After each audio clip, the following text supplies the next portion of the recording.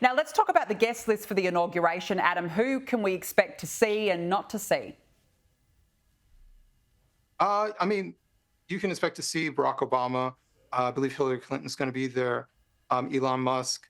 But the one actually that doesn't surprise me, but I think is very interesting and just shows the progress that we've been making, is Jeff Bezos. Jeff Bezos is going to be there. And he's expressed interest in working with Donald Trump. Mark Zuckerberg will also be there. He's expressed interest in working with the Trump administration. So I think we're at a new day. And just by the people who are willing to show up and be present, obviously Nancy Pelosi is not going to be there, which doesn't shock me. But I think a lot of names from the Democrat side, from the Republican side, and basically people who are relatively in the middle, they're willing to give him a shot this time around more so than last time, and they're going to show face. Yeah, it's going to be really interesting, but I do agree it's fascinating that all these billionaires are suddenly coming out for Donald Trump, having previously criticised him, but I think that they've realised that the tide has indeed turned. So it's an interesting point. Now, look, in the dying days of his presidency, Joe Biden's approval rating has plummeted. Even CNN, the liberal network, has described his ratings as historically awful. Have a look. A good or great president at the end of their terms. Well, Barack Obama, 52% of Americans thought he was a good or great president at the end of his presidency, 2017. Donald Trump, very much behind Barack Obama at 36%. But look at how low Joe Biden is. My goodness gracious, you can't really get lower than 25%. Oh, Adam, no surprises. It's bad. What legacy does Joe Biden leave behind? Unfortunately, a terrible legacy that didn't need to happen. I mean, Joe Biden ended up in this position because it was manufactured interest. It was the Democrat establishment propped him out of basically retirement and said, you need to be the guy. When they ran him in the primaries, he won one primary, everybody dropped out, making it give the appearance that he's popular and people want him.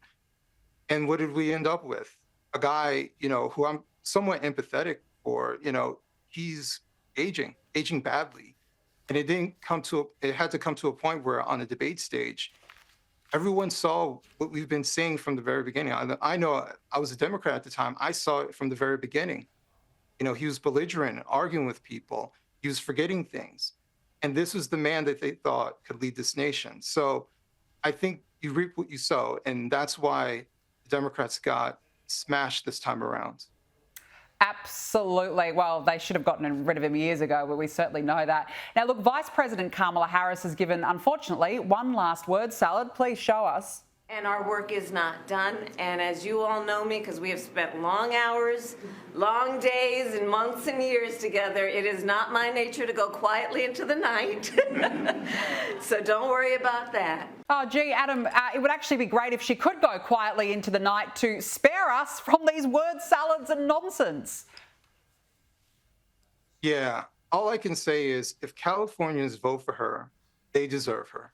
I mean, that's the least that they deserve. If they believe that this woman is capable of leading, basically, a massive economy in California with all the different problems that they're having just now with the fires, dealing with all different types of economic issues that are there, a massive budget.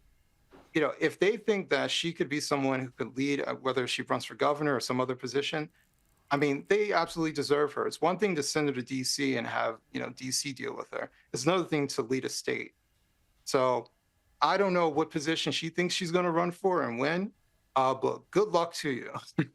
Yeah, look, all the very best to Kamala. We certainly won't miss you. And farewell to that whole administration. And cannot wait for January 20, almost time now. Adam B. Coleman, nice to catch up with you. Thank you very much for joining me on the show this evening.